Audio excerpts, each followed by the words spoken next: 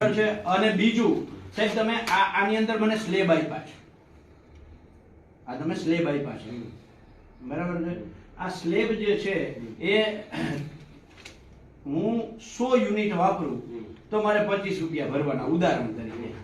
હું 101 થી 150 યુનિટ વાપરું તો મારે 35 રૂપિયા ભરવાના પર યુનિટના, એ પછી 100 પછી બરાબર છે। પછી હું 150 થી 200 યુનિટ વાપરું તો મારે 35 ના 40 ભરવાના, બરાબર છે। આવો તમારો આ સ્લેબ યુનિટ છે, બરાબર છે। આ જે છે એ તમે અમારી યારે કાયદેસર ચીટિંગ કરો છો।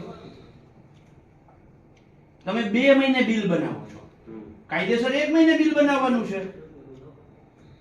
1 મહિને મારો 100 યુનિટ નો વપરાશ થાય, 2 મહિને મારો 250 યુનિટ નો વપરાશ થાય, એટલે મારા યુનિટ વધ્યા, યુનિટ નો જથ્થો વધ્યો, એટલે હું જે 25 રૂપિયા વાળા સ્લેબમાં હતો ત્યાંથી ડાયરેક્ટ 45 રૂપિયા વાળા સ્લેબમાં જતો રહ્યો। નહીં, એવું કઈ નથી, એવું જ થાય ને। 2 મહિને ને 1 મહિને બિલ બને તો યુનિટ નો ટોટલ જે છે જથ્થો, એ લોકો છે ને, એ લોકો એ રીતના કરે છે કે 2 મહિના હોય પણ એ કન્સિડર 1 મહિના પ્રમાણે કરીને ના એવું ક્યાંય કરતા કે નથી। તો તમે દર મહિને બિલ શું કામ નથી બનાવતા?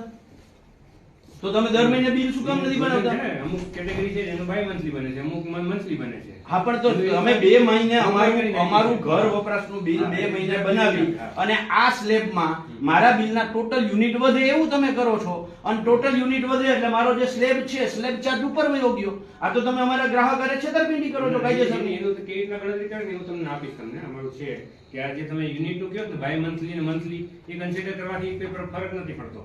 અરે ફરક તો પણ નથી પડતો તો મહિને ને મહિને બિલ બનાવો ને તમને શું કામ ભાઈ? તમે આનાથી 2 ફાયદા કરો। એક તો તમે એ કરો છો કે અમારા સ્લેબ ઉપર વયા જાય એટલે તમને વધારે પૈસા મળે, અને બીજું દર મહિને બિલ બનાવવાનો તમારો જે ખર્ચો છે એ 50% તમે ખર્ચો ટાળી નાખો છો। અને જે નોટિસ તમે આપી છે મને, આ નોટિસ જે આપી છે સાહેબ, આ નોટિસ તમે 2003 ઇલેક્ટ્રિસિટી એક્ટ ની કલમ 56(1) મુજબ આપી છે, બરાબર છે। આ 56(1) છે તમારી સામે। 56(1) નો પાર્ટ બી, બરાબર છે, એની અંદર બહુ સ્પષ્ટ લખ્યું છે 6 મહિને તેમના અને લાયસન્સ ધારક વચ્ચેના કોઈ પણ વિવાદના નિરાકરણ સુધી તેના દ્વારા અગાઉના 6 મહિના દરમિયાન ચૂકવવામાં આવેલા વીજળીના સરેરાશ ચાર્જ ના આધારે ગણતરી કરેલ દરેક મહિના માટે, શું લખ્યું છે? દરેક મહિના, દરેક 2 મહિના માટે નહીં, દરેક મહિના માટે તેમના પાસેથી બાકી રહેલ વીજળી ચાર્જ જે ઓછું હોય તે, બરાબર છે। એનો અર્થ એવો કે મને તમે આ 15 દિવસનું બિલની આરે 15 દિવસની નોટિસ આપો છો, એ ખોટી છે, કારણ કે આમાં તો 6 મહિનાનો ઉલ્લેખ છે। 2003 ની કલમ 1 એની પેટા કલમ બી ની અંદર છે કે 6 મહિના, બરાબર છે, અને એની અંદર લખ્યું દર મહિને, એટલે 2 મહિને જે તમારે ક્યારે કે જ્યારે કોઈ ડિસ્પ્યુટ થાય, હા ડિસ્પ્યુટ થાય ત્યારે તો એમાં દર 2 મહિનાની એવરેજ કાઢવાનું કામ નથી કહ્યું, દર મહિનાનું બિલ કાઉન્ટ કરો। એટલે બહુ સ્પષ્ટ છે કે તમારે મારું બિલ દર મહિને બનાવવું પડે। તમે 2 મહિને બિલ બનાવો છો એટલે મારા બિલમાં તમે સ્લેબ મારો જે છે આમાં તમે જે આપ્યો છે અહીંયા પાછળ, બરાબર છે, 15 રૂપિયા, 25 રૂપિયા, 45 રૂપિયા, 70 રૂપિયા, બરાબર છે, એ 15 વાળો હું ડાયરેક્ટ 25 માં જતી રહું, 25 વાળો 45 માં જતો રહીએ, 45 વાળો 70 માં જતો રહીએ, બરાબર છે। એટલે ડાયરેક્ટ તમને તો ફાયદો જ છે। એવું નથી, આમાં આપણે કાઉન્ટ કરે છે ને દિવસો, એ તો મોલા પ્રમાણે કરીને લે છે। મારા બિલમાં ક્યાં લખેલું છે? મારા બિલમાં ક્યાં લખેલું છે?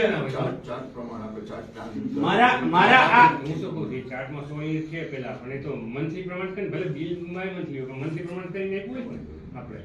પણ તો મારા બિલમાં તમે નોટિસ આપો છો, મારા બિલમાં નોટિસ આપો છો તો આ ઉલ્લેખ મારા બિલમાં તમે દેખાડી દો કે આ તમારું આ જૂન અને જુલાઈ નું બિલ છે, નોખું બાયફર્કેટ કરીને નથી આપતા મહિના મહિને। હા, તો પછી મને કેમ ખબર પડે ગ્રાહકને? એક ભેગું જ આપીએ છીએ તમે હા હું તમને એક છે ને કેલ્ક્યુલેશન કરીને બતાવી ના એ બતાવવાનું નહીં, મને બિલમાં આપો।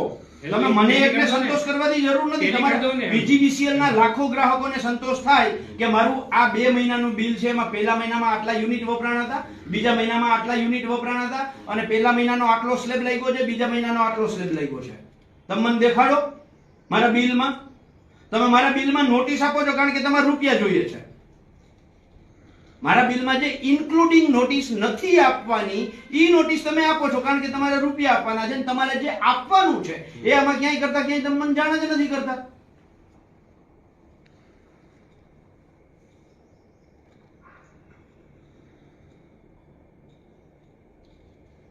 માથાકૂટ ના કરો. રાતના 12 વાગ્યા સુધી બિલ ચેક કર્યું છે મેં. નથી એની.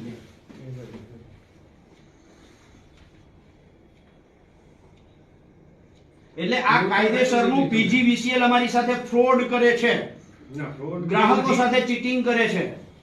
ફ્રોડ કરે એવું નથી. તમે જે કહો છો ને એ હું ચર્ચા કરીશ તમને કઈ આ તો બતાવીને તમે બિલ- સોલ્વ કરી નહીં, નાખીશ. નહીં, બિલની અંદર આપો તમે.